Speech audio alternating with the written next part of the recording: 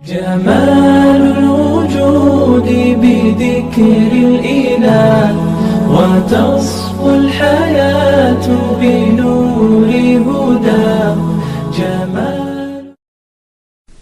یہاں تک کہ 29 آیتوں میں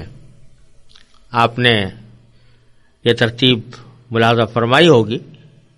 کہ سب سے پہلے اللہ تبارک و تعالی نے انسانوں کے 3 گروہوں کا ذکر کیا، جن میں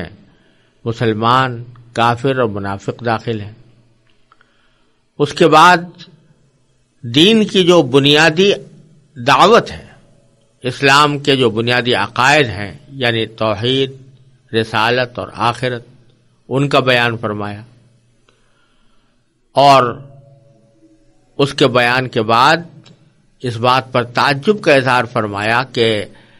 توحید ہو یا رسالت یا آخرت، اس کے دلائل اتنے واضح اور روشن ہیں کہ ان کے بعد کسی شخص کا کفر کو اختیار کرنا بڑی عجیب سی بات ہے. اور پھر اللہ تبارک و تعالی نے اپنی نعمتوں، کائنات میں پھیلی ہوئی نعمتوں کا ذکر فرمایا، جس پر اس رکوع کا اختتام ہوا. اب اس کے بعد آگے کی آیتوں میں اللہ تبارک و تعالی نے انسان کی ابتدائی تخلیق کا واقعہ بیان فرمایا ہے. گویا دوسرے الفاظ میں یہ اشارہ کرنا مقصود ہے کہ تم کو جس دین کی دعوت دی جا رہی ہے، توحید ہو یا نبی کریم صلی اللہ علیہ وسلم کی رسالت ہو یا آخرت کا عقیدہ ہو، یہ کوئی ایسی بات نہیں ہے جو آج گھڑ کے تمہارے سامنے پیش کر دی گئی ہو، بلکہ انسان کو جب پہلی بار پیدا کیا گیا تو اس وقت سے ہی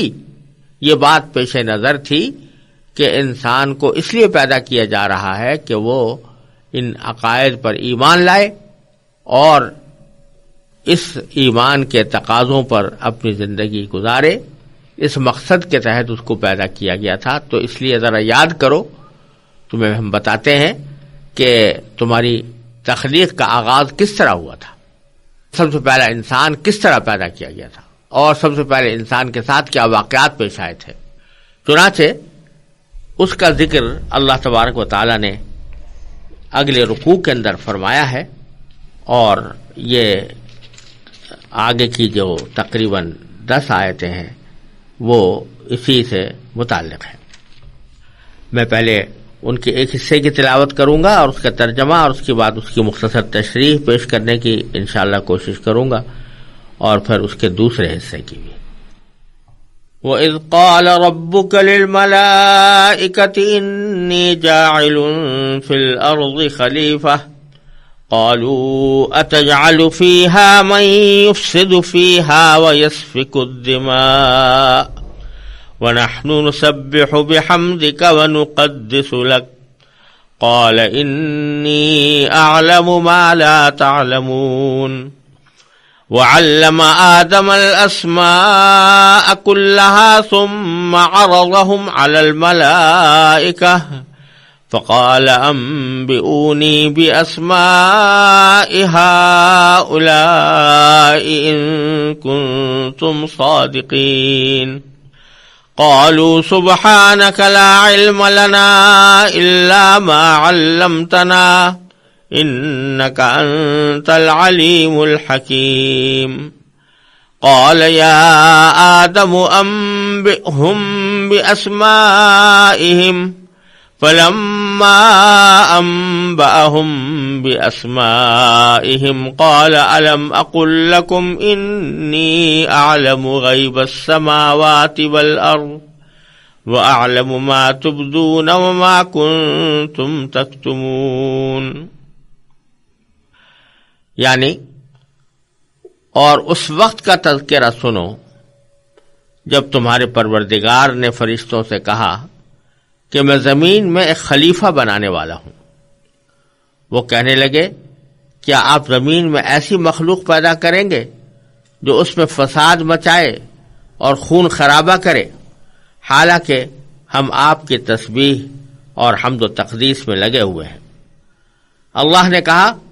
میں وہ باتیں جانتا ہوں جو تم نہیں جانتے. اور آدم کو اللہ نے سارے کے سارے نام سکھا دیے، پھر ان کو فرشتوں کے سامنے پیش کیا اور ان سے کہا اگر تم سچے ہو تو مجھے ان چیزوں کے نام تو بتلاؤ۔ وہ بول اٹھے آپ ہی کی ذات پاک ہے، جو کچھ علم آپ نے ہمیں دیا ہے اس کے سوا ہم کچھ نہیں جانتے، حقیقت میں علم و حکمت کے مالک تو صرف آپ ہیں۔ اللہ نے کہا آدم تم ان کو ان چیزوں کے نام بتا دو۔ چنانچہ جب اس نے ان کے نام ان کو بتا دیے تو اللہ نے فرشتوں سے کہا کیا میں نے تم سے نہیں کہا تھا کہ میں آسمانوں اور زمین کے بھید جانتا ہوں، اور جو کچھ تم ظاہر کرتے ہو اور جو کچھ چھپاتے ہو مجھے اس سب کا علم ہے۔ اس آیتوں کے اس سلسلے میں اللہ تبارک و تعالی نے حضرت آدم علیہ السلام کی تخلیق سے پہلے کا ایک واقعہ بیان فرمایا ہے۔ وہ یہ کہ جب اللہ تبارک و تعالی نے حضرت آدم علیہ السلام کی تخلیق کا ارادہ فرمایا تو اس وقت فرشتوں کے سامنے اپنے اس ارادے کا اظہار فرمایا اور یہ فرمایا کہ میں زمین میں ایک خلیفہ بنانے والا ہوں۔ خلیفہ کا مطلب یہ کہ میں زمین میں ایک ایسی مخلوق پیدا کرنے والا ہوں جو زمین میں میرے نائب کے طور پر میرے دیے ہوئے احکام کو نافذ کرے اور اس کے مطابق دنیا کا نظام قائم کرے اور اس کے مطابق اپنی زندگی گزارے۔ میں ایک ایسی نئی مخلوق پیدا کرنا چاہتا ہوں۔ آپ نے اللہ تبارک و تعالیٰ نے اس مخلوق کا جب ذکر فرمایا تو یا تو اس کی تفصیل بھی کچھ بیان فرمائی ہوگی یا فرشتے اس کے نتیجے میں یہ بات سمجھ گئے ہوں گے کہ یہ جو نئی مخلوق پیدا ہونے والی ہے یہ خیر اور شر دونوں قسم کی صلاحیتیں رکھتی ہوگی، اس میں اچھائی کی بھی صلاحیت ہوگی اور برائی کی بھی ہوگی۔ دوسری طرف ہم فرشتے جو اب تک اس کائنات میں اللہ تبارک و تعالیٰ کی سب سے بڑی جاندار مخلوق ہیں، تو وہ ہم ایسے ہیں کہ ہمیں اللہ تعالیٰ نے بنایا ہی اس طرح ہے کہ نہ اس میں کسی شر کا احتمال ہے نہ کسی فساد کا احتمال ہے۔ ہم تو دن رات اللہ تعالیٰ کی تسبیح و تقدیس میں لگے رہتے ہیں۔ لہذا یہ جو نئی مخلوق پیدا ہو رہی ہے اس کا مطلب کیا ہے، کیوں اس کو پیدا کیا جا رہا ہے، اس واسطے انہوں نے اللہ تبارک و تعالیٰ سے یہ پوچھا۔ یہ پوچھنا بطور اعتراض کے نہیں تھا بلکہ ایک چیز کی حکمت سمجھنی مقصود تھی کہ قالوا اتجعل فیہا من یفسد فیہا ویسفک الدماء۔ انہوں نے کہا کیا آپ اس میں ایسی مخلوق پیدا کریں گے جو اس میں فساد مچائے اور خون خرابہ کرے۔ یہ جو انہوں نے انسانوں کی تخلیق کے ساتھ فساد مچانے اور خون خرابہ کرنے کا ذکر خاص طور پر کیا، اس کی دو وجہ ہو سکتی ہیں۔ ایک وجہ تو بعض حضرات مفسرین نے یہ بیان فرمائی ہے کہ انسان کی تخلیق سے پہلے اس کائنات میں یا اس زمین پر جنات آباد تھے۔ اللہ تبارک و تعالیٰ نے جنات کو پیدا کیا تھا۔ یہ بات تو خود قرآن کریم نے ایک جگہ بیان فرمائی ہے کہ جنات کا سب سے پہلا فرد الجان، اس کو ہم نے اس انسان سے پہلے آگ سے پیدا کیا تھا۔ ظاہر ہے کہ وہ پیدا ہونے کے بعد اس کی مخلوق بھی بڑی ہوگی، اس کی نسل بھی بڑی ہوگی اور وہ مخلوق ایک دنیا میں آباد رہی۔ اس کا بھی حال یہ تھا کہ اس میں یا تو خیر اور شر دونوں کی صلاحیتیں تھی یا صرف شریک ہی ہوگی۔ تو انہوں نے زمین میں فساد مچایا تھا، فرشتوں نے اس کا مشاہدہ کیا تھا کہ زمین میں ایک دوسرے لڑ رہے ہیں، ایک دوسرے سے برسر پیکار ہیں، خون بہا رہے ہیں۔ تو غرض زمین کو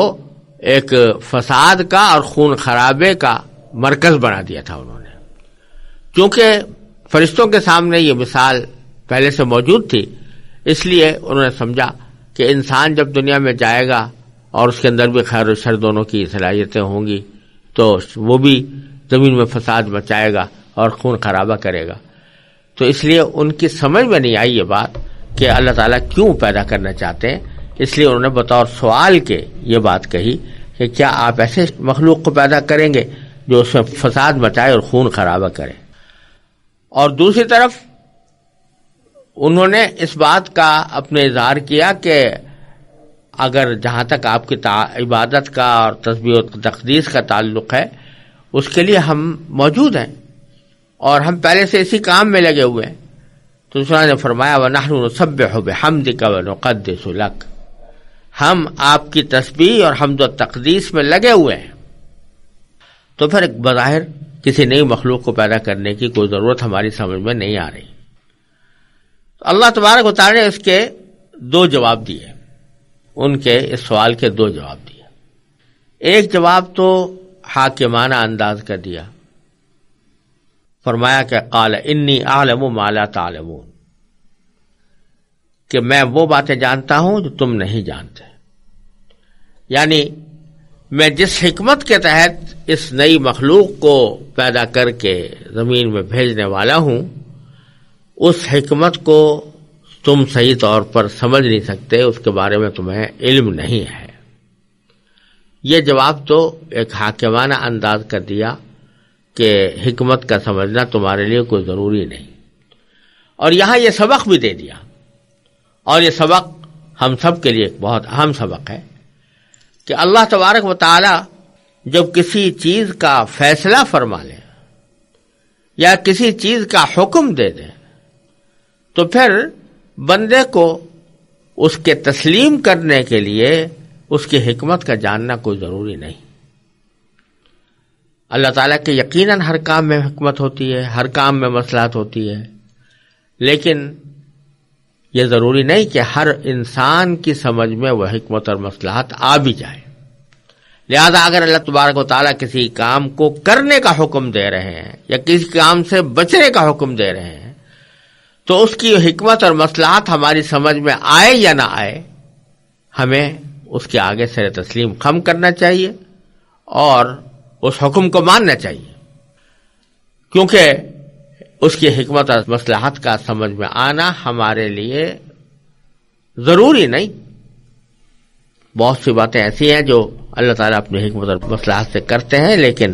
ہم جیسی لوگوں کی محدود عقل ان کا حکمت کا یا مصلحت کا احاطہ نہیں کر پاتی۔ اس واسطے یہ سبق دیا جا رہا ہے کہ تم ہر چیز کی حکمت معلوم کرنے کی فکر میں مت پڑا کرو، اگر نہیں آ رہی تمہاری سمجھ میں تو نہ آئے، لیکن ہمارا جو حکم اور فیصلہ ہے وہ اپنی جگہ ہے، وہ نافذ رہے گا۔ تو پہلے تو ایک حاکمانہ جواب دیا، پھر آگے ایک عملی جواب دیا کہ جس سے وہ خود یہ سمجھ جائیں کہ اس مخلوق میں اور ہمارے درمیان کیا فرق ہے اور اس کو کیوں پیدا کیا جا رہا ہے۔ چنانچہ اللہ تبارک و تعالی آگے ارشاد فرماتے ہیں کہ وَعَلَّمَ آدَمَ الْأَسْمَاءَ كُلَّهَا، اللہ تعالیٰ نے آدم علیہ السلام کو پیدا کرنے کے بعد ان کو تمام نام سکھا دیے، سارے کے سارے نام سکھا دیے۔ نام کیا سکھا دیے؟ نام سکھانے سے کیا مراد ہے؟ بظاہر روایات کی روشنی میں بھی اور قرآن کریم کے سیاق و سباق کی روشنی میں بھی نام سکھانے کا مطلب یہ ہے کہ اس دنیا میں جب انسان کو بھیجا جائے گا تو دنیا میں بھیجنے کے بعد کچھ ایسی چیزیں پیدا ہوں گی کہ جو فرشتے ان کا پوری طرح ادراک نہیں کر پاتے۔ انسان کے زمین پر زندگی گزارنے کے لیے کچھ لوازم ہوں گے، کچھ ضروریات ہوں گی، کچھ حاجتیں ہوں گی جو انسان کو پیش آئیں گی، ان سب کی تفصیل اللہ تبارک و تعالیٰ نے آدم علیہ السلام کو سکھائی۔ ان میں سے بہت سی چیزیں ایسی تھیں کہ جن کا تصور ہی فرشتے کر نہیں سکتے تھے، اس لیے کہ ان کی طبیعت میں وہ بات رکھی ہی نہیں گئی۔ مثال کے طور پر بھوک، اب بھوک فرشتوں کو نہیں لگتی، نہ وہ اس کی ان کو ضرورت ہوتی ہے، تو اس بھوک کی کیفیت کو صحیح طرح سمجھ نہیں سکتے۔ پیاس ہے یہ انسان کو لگتی ہے، فرشتے کو نہیں لگتی، تو اس کی حقیقت کو فرشتے سمجھ نہیں سکتے۔ اسی طرح طبیعت اور مزاج کی بہت سی باتیں ایسی ہوتی ہیں جو انسان کی طبیعت میں اور مزاج میں ودیعت کی گئی ہیں، لیکن فرشتے اس طبیعت اور مزاج کو نہ سمجھ سکتے ہیں اور نہ وہ طبیعت اور مزاج ان کے اندر موجود ہوتا ہے۔ اسی طرح انسان کے استعمال کی بہت ساری چیزیں ایسی ہیں جو دنیا کے اندر وہ استعمال کرتا ہے اور اس سے نفع اٹھاتا ہے، فرشتوں کو ان کی ضرورت نہیں ہوتی۔ تو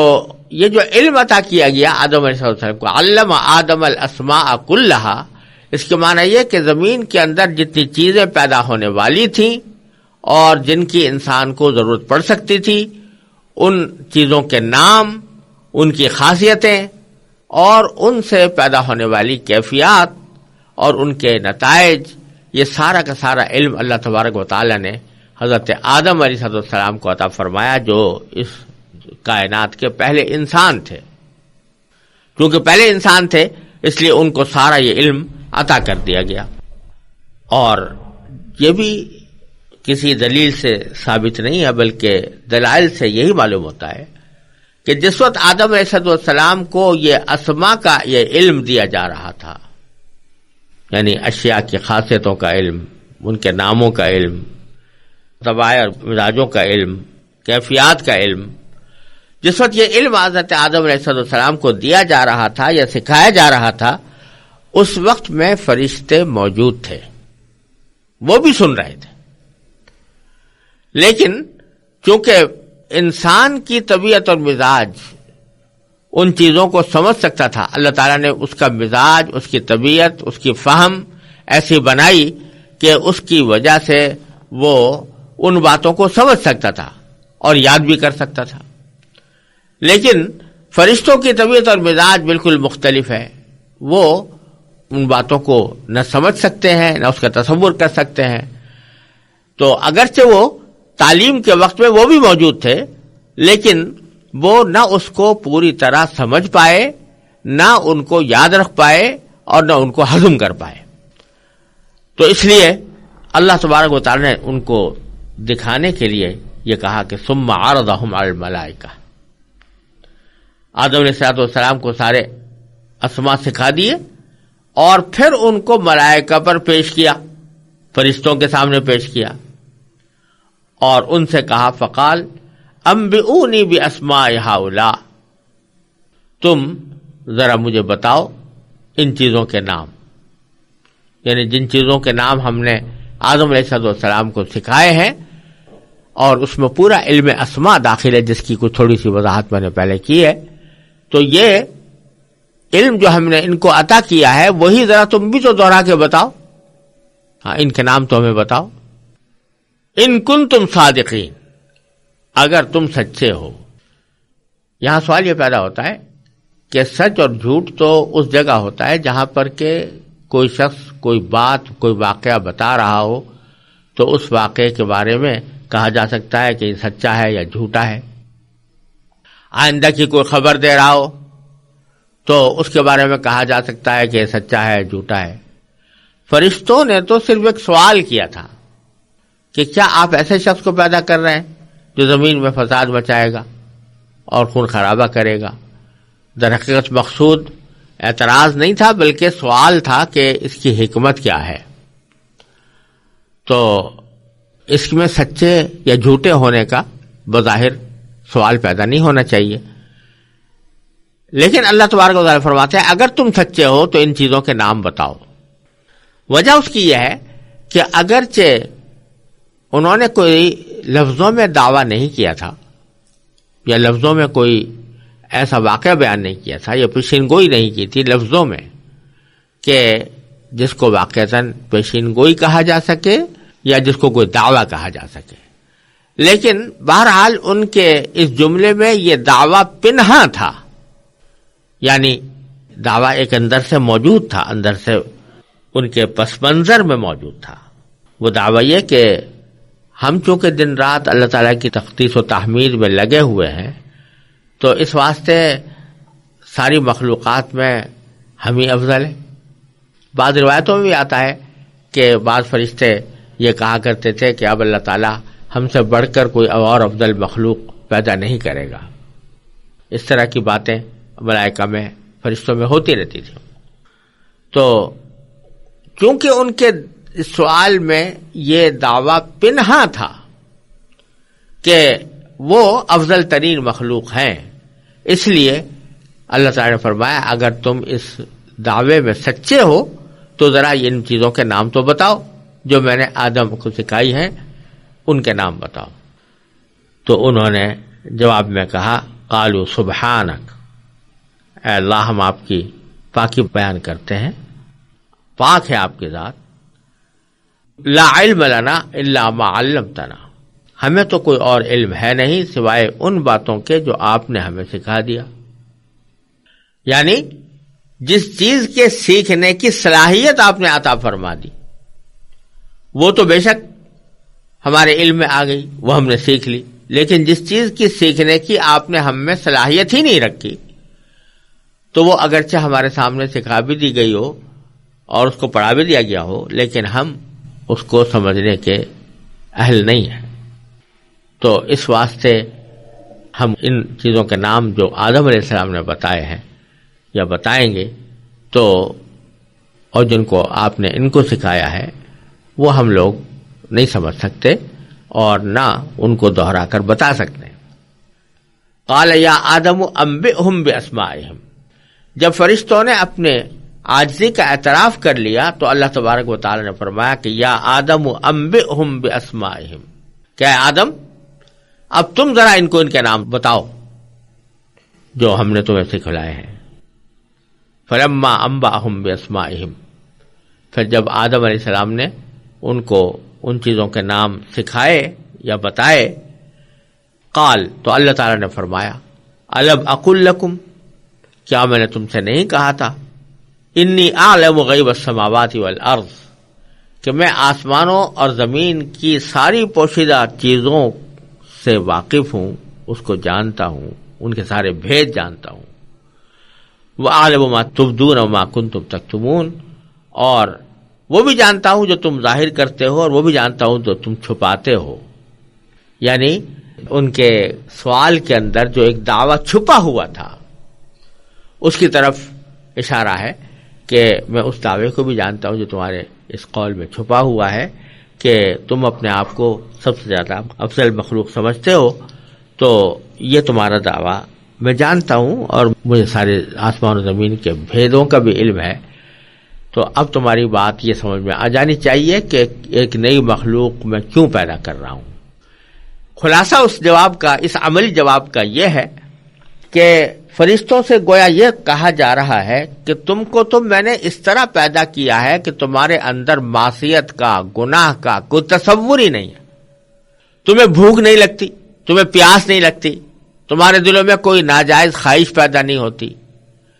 تمہارے دلوں میں کبھی گناہ کا تصور بھی پیدا نہیں ہوتا. میں نے تو تمہیں بنایا اس طرح کا ہو. اب میں ایک ایسی مخلوق بنانا چاہتا ہوں جس میں بھلائی کا جذبہ بھی ہوگا اور برائی کا جذبہ بھی ہوگا، نیک کام کرنے کا داعیہ بھی ہوگا اور برے کام کرنے کا داعیہ بھی ہوگا. کبھی اس کے اندر نیکی کے تقاضے ابھریں گے، کبھی اس کے اندر برائی کے تقاضے ابھریں گے. اور وہ مخلوق جب برائی کے تقاضوں کو میری خوشنودی کی خاطر دبا کر